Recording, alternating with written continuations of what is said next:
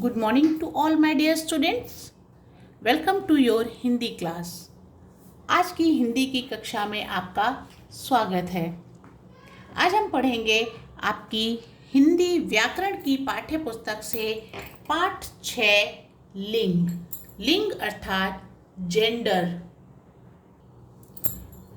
सबसे पहले यह हम जान लेते हैं कि लिंग होते क्या हैं या लिंग किसे कहते हैं. स्त्री जाति या पुरुष जाति की पहचान कराने वाले शब्दों को ही लिंग कहते हैं. अर्थात जिन शब्दों से हमें यह पता चले कि ये स्त्री है या पुरुष है, उन शब्दों को ही हम लिंग कहते हैं. चलिए हम आपके पाठ को पढ़कर विस्तार से समझते हैं. यह तनु है, तो तनु नाम लड़की का होता है. तनु नाम से हमें पता चलता है कि यह स्त्री जाति है. तनु एक लड़की है. यह राहुल की बहन है. यह शर्मा जी की बेटी है. तो लड़की, बहन, बेटी. फिर ऊपर दिए गए वाक्यों में से लड़की, बहन और बेटी स्त्री जाति के शब्द हैं. अर्थात इन सभी शब्दों से हमें स्त्री जाति का बोध होता है.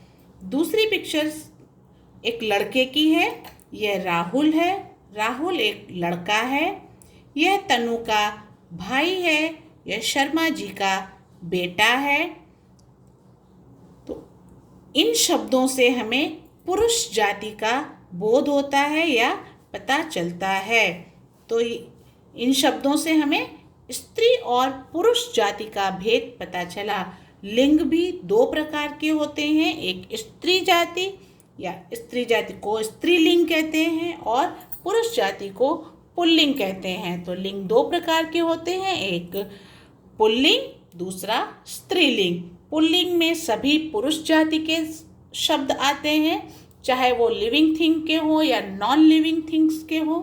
स्त्री जाति में सभी स्त्री जाति के शब्द आते हैं, चाहे वो लिविंग हो या नॉन लिविंग हो.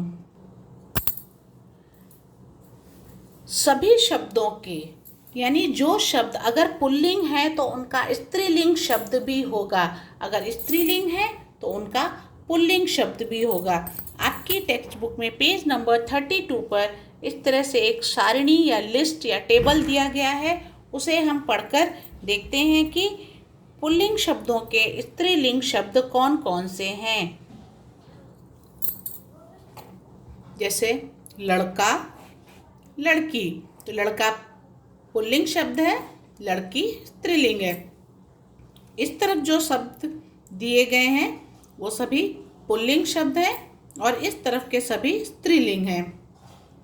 नाना, नानी, दादा, दादी, चाचा, चाची, भाई, बहन, बेटा, बेटी, चूहा, चूहिया, हाथी, हथनी, बाघ, बाघिन, मोर, मोरनी. उसके बाद बालक, बालिका, माली, मालिन, गुड्डा, गुड़िया, पिता, माता, पति, पत्नी, धोबी, धोबिन, बैल, गाय, घोड़ा, घोड़ी, नौकर, नौकरानी, अध्यापक और अध्यापिका.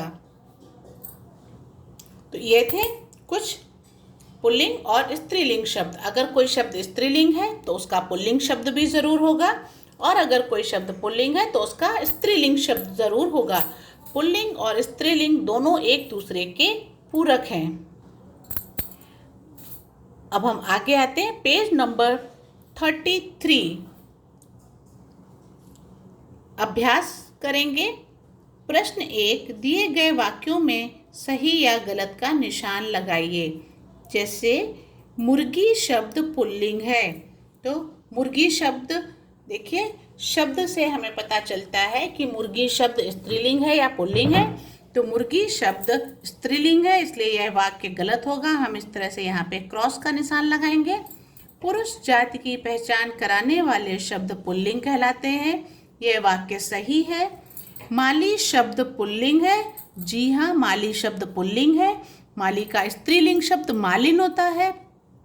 जिस शब्द से स्त्री जाति का पता चले वह स्त्रीलिंग कहलाता है। जी हाँ, वह शब्द स्त्रीलिंग होता है। हाथी और बालक पुल्लिंग तथा हथनी और बालिका स्त्रीलिंग शब्द है, तो यह वाक्य सही है।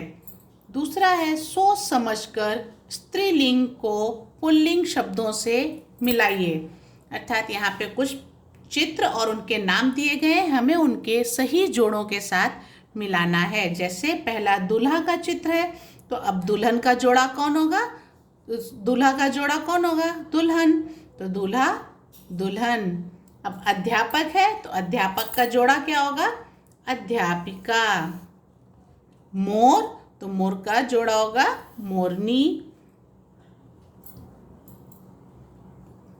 धोबी और धोबी का जोड़ा होगा धोबिन।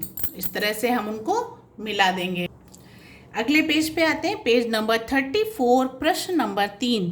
दिए गए शब्दों के स्त्रीलिंग रूप पर गोला लगाइए। अर्थात यह जो शब्द दिए हैं ये पुल्लिंग है, तो इनका जो सही स्त्रीलिंग शब्द है हमें उस पर सर्कल करना है।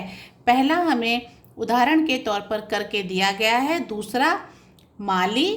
तो फिर देखिए यहाँ पे गलत स्पेलिंग लिखी हुई है, तो हमें सही स्पेलिंग ढूंढकर उनको सर्कल करना है। मालिन। सेठ, तो सेठानी। सेठानी।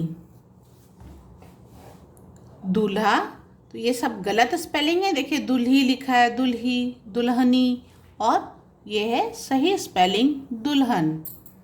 उसके बाद नीचे लिखे शब्दों को सही जगह पर लिखिए। क्वेश्चन नंबर 4, यहाँ पर कुछ शब्द दिए गए हैं, अब हमें उनको उनके सही जगह पर लिखना है। जैसे 2 ये एग्जाम्पल देखिए बोल्ड करके दिए गए, इनको हमें यहाँ पे करके दिया गया है। आगे के शब्दों को हम करेंगे। जैसे मामी, तो मामी किस में आएगा? स्त्रीलिंग या पुल्लिंग में? तो मामी से हमें स्त्री जाति का पता चलता है, तो हम यहाँ पे लिखेंगे स्त्रीलिंग के साइड में लिखेंगे मामी। फिर है बाघ। बाघ पुल्लिंग शब्द है, हम पुल्लिंग की साइड लिखेंगे। मुर्गा, मुर्गा भी पुल्लिंग शब्द है, तो हम पुल्लिंग की साइड लिखेंगे। फिर है मोरनी। मोरनी स्त्रीलिंग है, हम स्त्रीलिंग की साइड लिखेंगे। बंदर, बंदर से हमें पुरुष जाति का पता चलता है, अर्थात मेल है, तो हम पुरुष पुल्लिंग की साइड लिखेंगे। फिर है हथनी। हथनी स्त्रीलिंग है, तो हम स्त्रीलिंग की साइड लिखेंगे। प्रश्न 5, रंगीन शब्दों के लिंग बदलकर वाक्यों को दोबारा लिखिए। तो अर्थात ये जैसे मालिन, तो मालिन का हमको लिंग बदल कर लिखना है। मालिन का लिंग बदल कर क्या लिखेंगे? मालिन स्त्रीलिंग है, तो उसका हम पुल्लिंग कर देंगे। मालिन, मालिन का पुल्लिंग शब्द है माली, तो मालिन फूल बेच रही है। वाक्य को हम जब दोबारा लिखेंगे तो हम किस तरह से लिखेंगे? माली फूल बेच रहा है। हम यहाँ पर जो हमारी क्रिया आई है, तो लिंग के अनुसार वह भी बदल जाएगी। तो मालिन फूल बेच रही है, तो जब हम पुल्लिंग में लिखेंगे तो माली फूल बेच रहा है। उसके बाद है हाथी झूम झूम कर चल रहा है। हाथी का हम स्त्रीलिंग शब्द लिखेंगे, हथनी झूम झूम कर चल रही है। नौकरानी, नौकरानी का पुल्लिंग शब्द है नौकर, तो नौकरानी घर की सफाई कर रही है, हम लिखेंगे नौकर घर की सफाई कर रहा है। राजा, राजा पुल्लिंग शब्द है, उसका हम स्त्रीलिंग शब्द लिखेंगे रानी। सज धज कर टहल रहा है, तो रानी लिखें, रानी सज धज कर टहल रही है। माता जी पढ़ा रही हैं, तो हम लिखेंगे माता जी का पुल्लिंग शब्द पिताजी, पिताजी पढ़ा रहे हैं। तो इस तरह से हम वाक्यों में परिवर्तन करेंगे। प्रश्न नंबर 6 को हम नोटबुक में करेंगे। यह था आज का पाठ आपका लिंग पर आधारित। तो आज के पाठ में बस इतना ही। आज का वीडियो आपको कैसा लगा मेरे साथ ज़रूर शेयर कीजिएगा। तब तक के लिए घर पर रहिए, स्वस्थ रहिए और सुरक्षित रहिए। धन्यवाद।